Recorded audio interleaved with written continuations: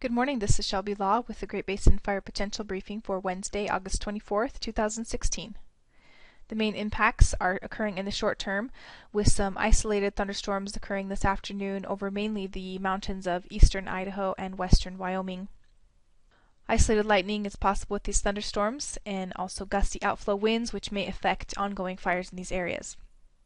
We're also looking for breezy northeast to northwest winds today in Idaho and western Wyoming, with gusts up to 30 miles an hour. Over southern and southeast Utah, another round of generally wet thunderstorms is possible, although the coverage will be lighter than it was yesterday. Yesterday's lightning and precipitation is shown here, with thunderstorms limited to mainly the southern third of the Great Basin. Current fire activity is shown on this map, with a few new fires becoming team fires over eastern Idaho and western Wyoming. Advanced fire behavior has also been observed over southern Idaho and northern Utah.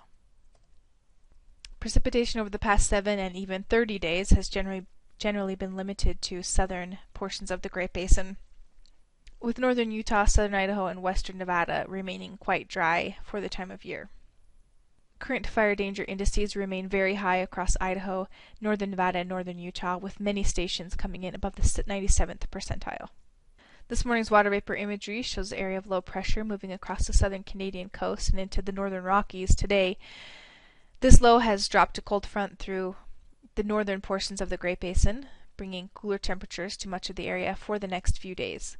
It's also this low that will allow some thunderstorms to develop over the east central Idaho mountains and western Wyoming, and bring some gustier winds to those areas as well. The general weather pattern for this afternoon continues to show that low moving off to the east, but allowing that cold front to drag further south through the Great Basin with north to northwesterly flow. This will suppress the thunderstorm activity somewhat to southern and southeast Utah, but also allow those thunderstorms to develop over east central Idaho and western Wyoming. Expected coverage of the thunderstorms is shown here, as well as where the stronger winds are expected over the eastern portions of Idaho and western Wyoming for this afternoon. On Thursday, the low quickly scoots off to the east, allowing some southerly flow to return to the southern Great Basin and bringing moisture back up for showers and thunderstorms returning to the southern Great Basin. Isolated thunderstorms may continue over the east central Idaho mountains on Thursday. Minimum relative humidities are still quite low over Nevada and northwest Utah. More of the same is expected on Friday, with generally seasonal temperatures expected over the area and thunderstorms possible over the southern half of the Great Basin.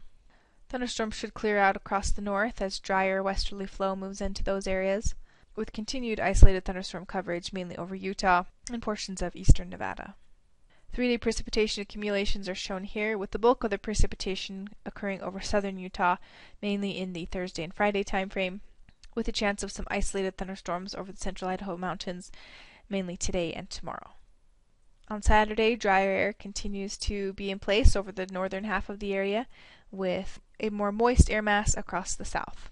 Generally more of the same is expected on Sunday, although we'll begin to see a high pressure area setting up over the western U.S., and that will begin to move closer to the Great Basin for generally warming conditions region-wide. This high will move closer to the area into the first part of next week, bringing maximum temperatures back up into the low 90s across much of the northern valleys. Generally sunny skies will spread throughout the geographic area for the first part of next week. The 7-day precipitation accumulation looks much like the 3-day, with possibly a little bit more precipitation expected over southern Utah and the Arizona Strip.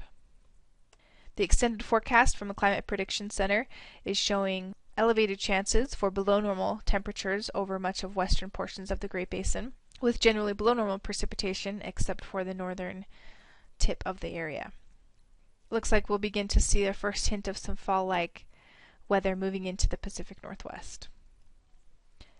This concludes today's fire potential briefing. Please check back tomorrow for the latest updates.